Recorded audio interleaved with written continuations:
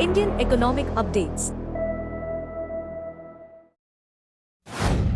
In July, India added $19 billion to its foreign currency reserves, bolstered by the inclusion of certain government bonds in the JP Morgan Bond Index. Of this, $3 billion came from index-eligible bonds. The Reserve Bank of India also made significant gold purchases, adding $3.4 billion worth of gold to its reserves, continuing its trend from April to June when $3.8 billion was added. The RBI has bought 37 tons of gold in 2024, compared to 16 tons in 2023, as part of its strategy to diversify assets amid global uncertainties. With these moves, India's foreign exchange reserves reached a record $675 billion by 2 August, supported by non-resident deposits and FDI.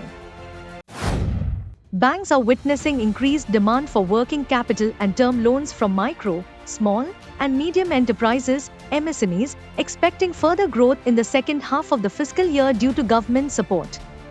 The FY25 budget introduced a new credit guarantee scheme for MSMEs in manufacturing, encouraging banks to provide collateral-free loans for machinery.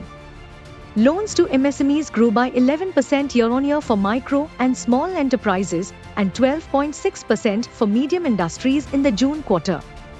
MSME loans totaled 10.5 lakh rupees crore by June 2024. The sector, crucial to India's economy, faces a credit gap of 20 to 25 rupees lakh crore despite a 14% credit expansion in 2023 to 24. Demand for entry-level smartphones under 9,000 rupees continued to decline sharply, with shipments falling 36% year-on-year in the April to June quarter, according to IDC. This segment now constitutes only 14% of total sales, down from 22% last year and about 40% before 2020. Despite Qualcomm's affordable 5G chipset and Xiaomi's plans for a budget 5G phone, the segment remains weak. Only 5% of 5G sales in 2024 are expected to be from this segment, while 89% will come from the 10,000 to 40,000 rupees range. Meanwhile, the super premium segment 60,000 rupees saw a 22% sales increase, driven by iPhones. Consumer preferences are shifting towards higher-priced models and second-hand premium phones.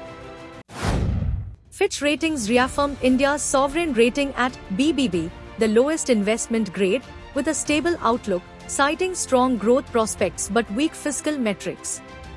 The agency noted that coalition politics and a reduced mandate for the BJP could hinder significant economic reforms, though state governments may continue land and labor reforms. Fitch expects policy continuity in infrastructure, digitalization, and business ease to support growth. Despite acknowledging fiscal improvements, Fitch highlighted persistent high deficits and debt levels. The agency maintained India's growth forecast at 7.2% for FY25 and 6.5% for FY26, with a projected potential GDP growth of 6.2% over the medium term.